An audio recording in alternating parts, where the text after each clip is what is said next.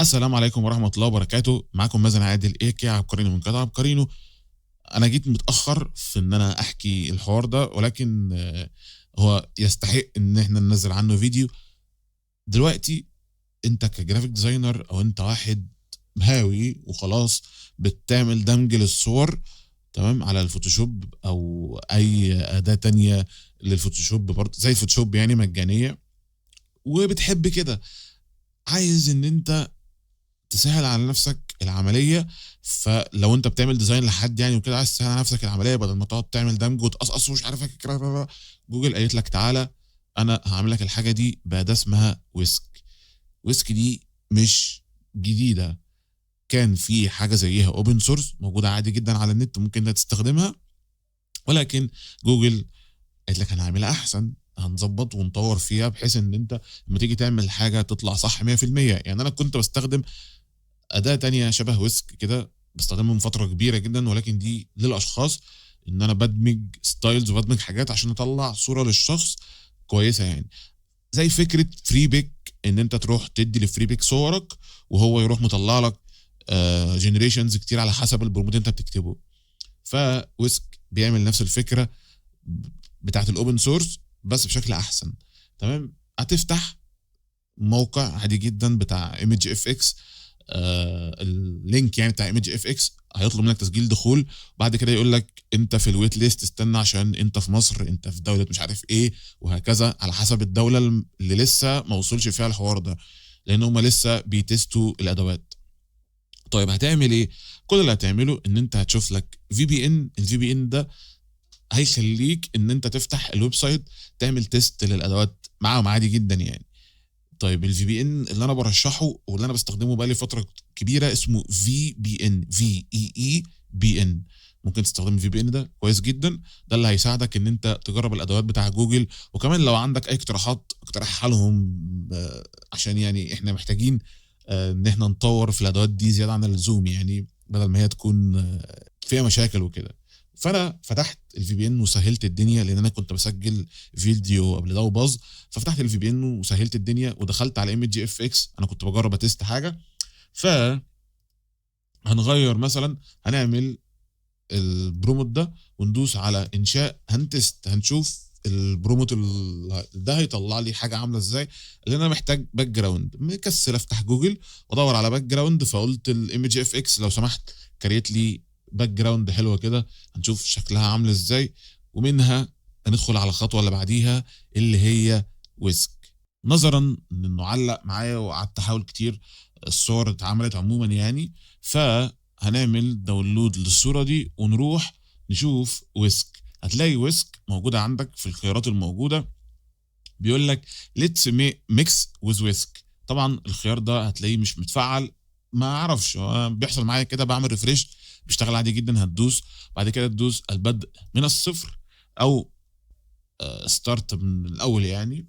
عموما ده الموضوع، الحاجه اللي انت عايز تعملها هنا. يعني مثلا نفترض ان انا عايز اجيب، هدور على صوره عندي على البي سي، هجيب مثلا هجيب حاجه ملهاش علاقه بالموضوع خالص وادمجها في البتاع ده. فانا هدور، هجيب مثلا الصوره دي كنت مكريتها برضو.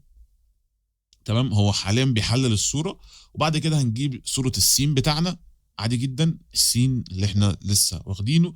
وفي حاجه اسمها الاسلوب او الستايل، ده بقى الستايل اللي انت عايز تعمله، عايز بقى تغير شكل الالوان، عايز تعمل مش عارف ايه. فانا لا يا عم الحاج، انا هحط نفس الصوره مفيش مشاكل وكده. ممكن اضيف تفاصيل اضافيه، يعني ممكن مثلا اخلي البنت دي بتلعب كوره، بتجري، بتعيط، معرفش بتعمل ايه ايا كان.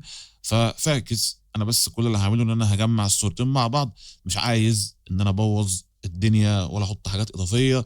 عشان لما جيت اول مره اعمل كده فضل معلق كتير، قعد مثلا بتاع 10 دقايق ولا ربع ساعه عشان بس يطلع لي صوره. ما اعرفش بقى ده كان العيب من ايه، الفي بي ان ولا الويب سايت ولا من ايه بالظبط، بس هو نجحت يعني ساعتها.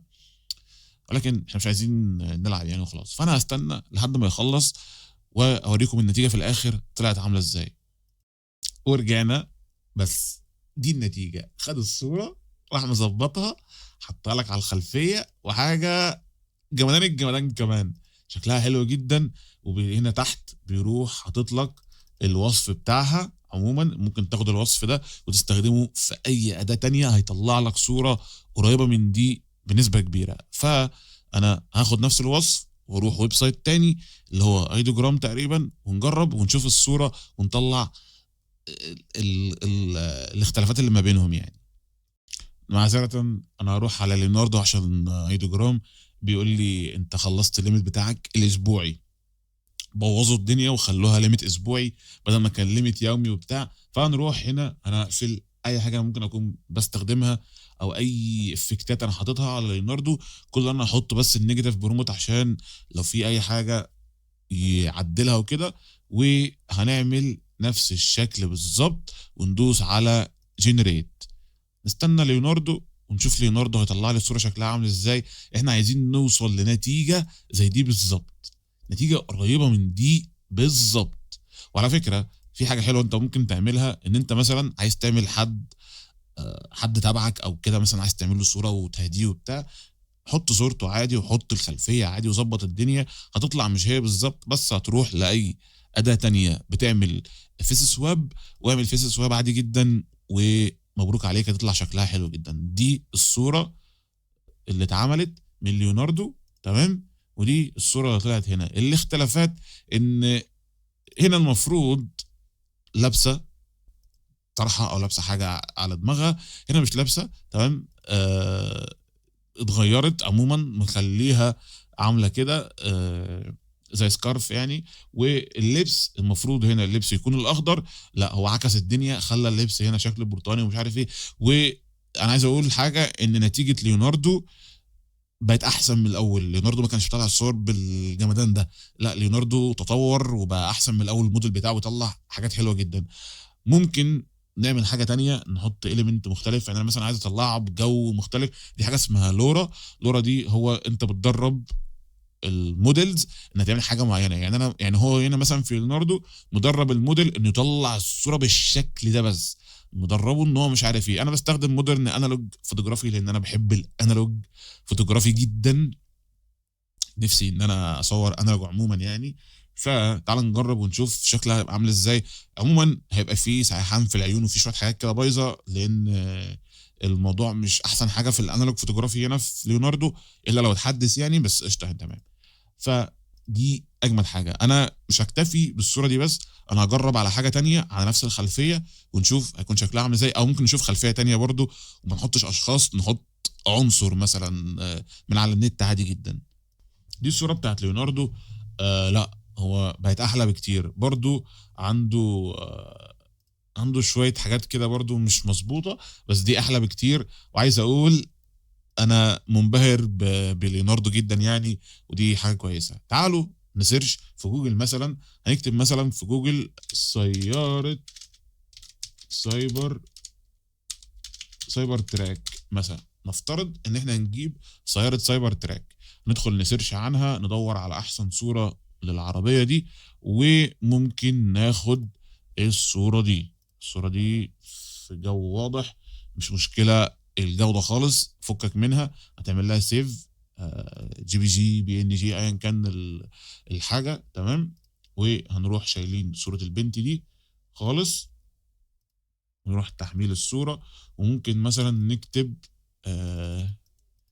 نفترض خلفية ضبابية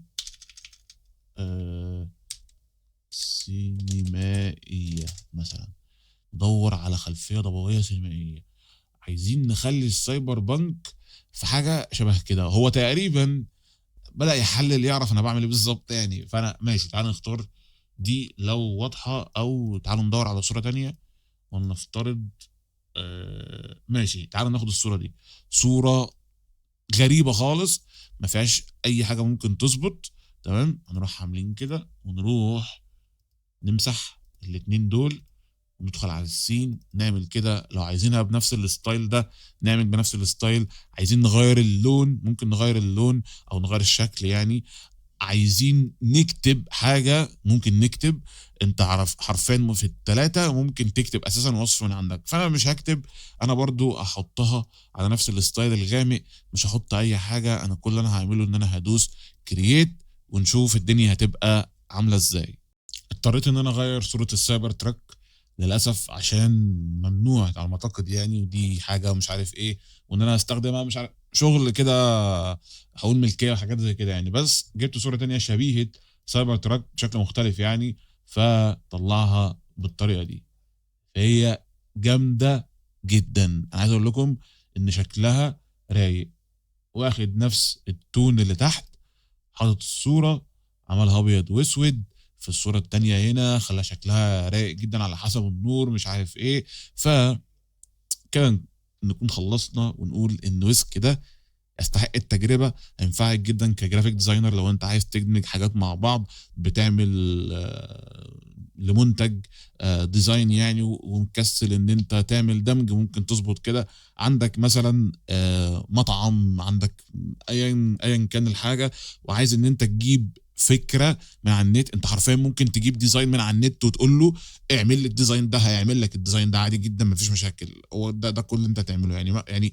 يعني مثلا هتجيب صوره من على النت لمطعم بيبيع برجر مثلا، عامل ديزاين لنفسه كده، وشكل البرجر حلو وبتاع وعجبك كده، هتاخده تحط البرجر فوق مكان صورة العربية هنا، وتحت هنا جيب خلفية حلوة مناسبة عجباك، وحط الخلفية، هتطلع لك صورة كويسة جدا زي انت شايفها على الشاشة دي. انت شايفها على الشاشة دي انا اللي عاملها. فاشوفكم في حلقة جديدة او في فيديو جديد ان شاء الله. كنت معاكم مثلا عادل ايكاب قرينو. ما تنساش انك تعمل لايك، تعمل فولو على الانستجرام بالتحديد، لان في حاجات زي كده بنزلها على الانستجرام، على الفيسبوك عشان اظبط الدنيا، وبكتب حاجات ليها علاقه بالذكاء الاصطناعي برضه، ممكن تروح تتابعني هناك. ان شاء الله هيكون ليا مكان خاص ده على طول للاي اي، سواء كتابيا سواء فيديو، ممكن يبقى اوديو في المستقبل، الله اعلم.